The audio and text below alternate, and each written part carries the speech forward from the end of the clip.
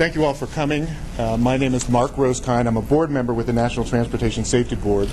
At about 10 a.m. this morning, the NTSB investigation team arrived in Nevada. So clearly we've barely been on scene here for just over an hour. We have just begun the investigation into the helicopter accident that occurred about 12 miles east of the Las Vegas airport. Just as some context, the NTSB is an independent federal agency.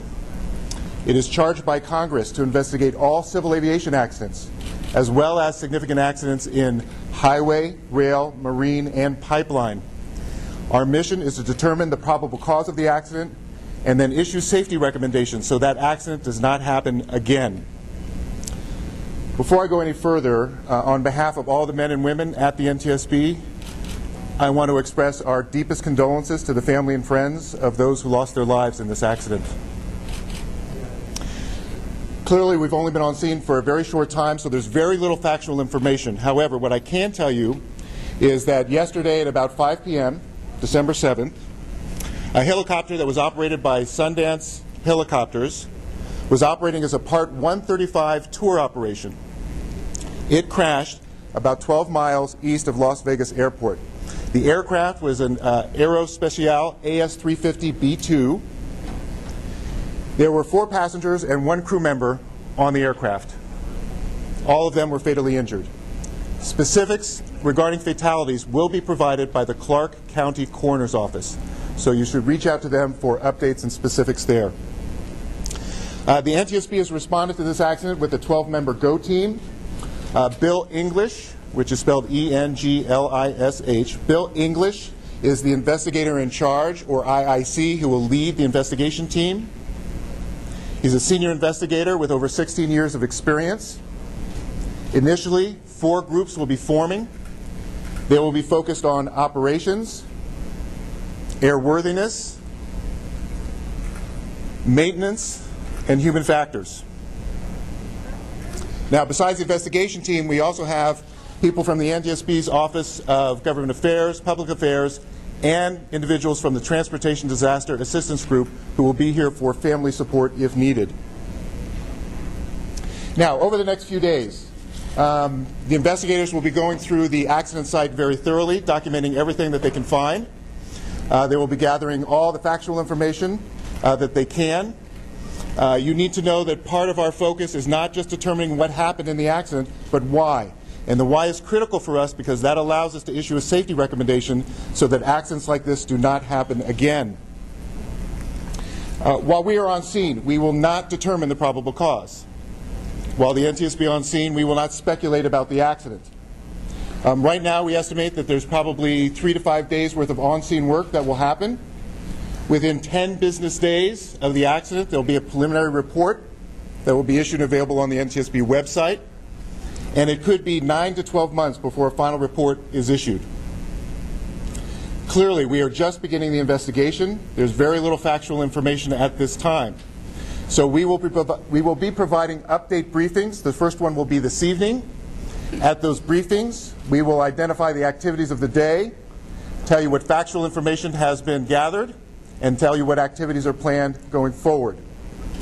To be able to know about the time and location of those briefings, you should follow the NTSB on Twitter, so that's twitter.com/NTSB, or on our website, ntsb.gov, or stay in contact with our public affairs officers. You've met Peter Knutson, and Keith Holloway is here. Keith, please. Thank you.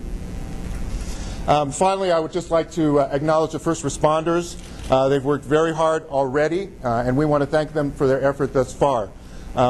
We will have a briefing later that will have obviously more information, but we'll take a few questions now. Mark, what do you know, Ken Ritter from the AP, what do you know so far about the trajectory of the helicopter? What have you been told so far about the crash? So the question is, what have we been told so far about the crash? And I would say we have very little factual information. So we're reading the same reports, having people send us stuff, but there's really very little factual information we have at this time. How often do you see helicopter crashes? The NTSB investigator.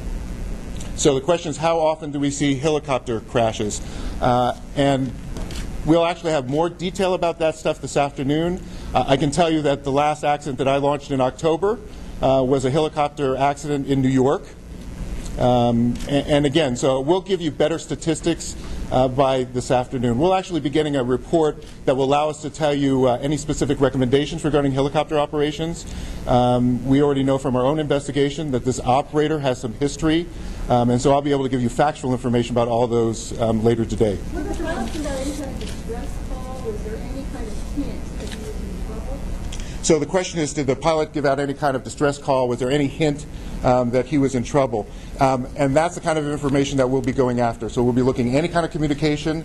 And again, that's a good example of how we need to go and actually get either recording or a witness report of how that happened, and not just read the anecdote, etc. So we'll absolutely be looking at that. What about the remoteness of this crash site?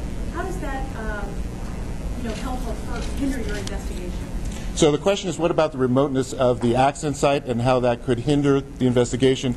That's actually very important because the site is very difficult to access. Right now it's taken 4x4s and basically helicopters to get people there. Our investigators, you're not getting a chance to meet Bill English now because he's on his way to that site. And so it's going to be very difficult. I think there's going to be very limited access to the site. It's going to make it harder. Do you know at what point the helicopter took off, kind of the time frame? Were they turning around to head back to Las Vegas?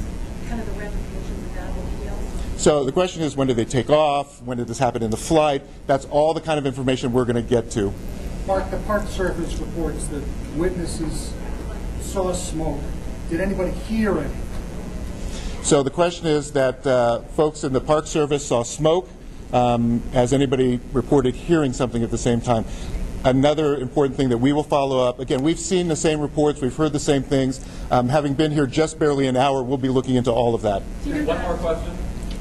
Do you know the elevation of the crash site? Do we know the elevation of the crash site? I do not, but we'll have that for you this evening when we meet you. Helicopter came Okay. to rest, Mark. Last one? In the Great. canyon, right? I'm going to let you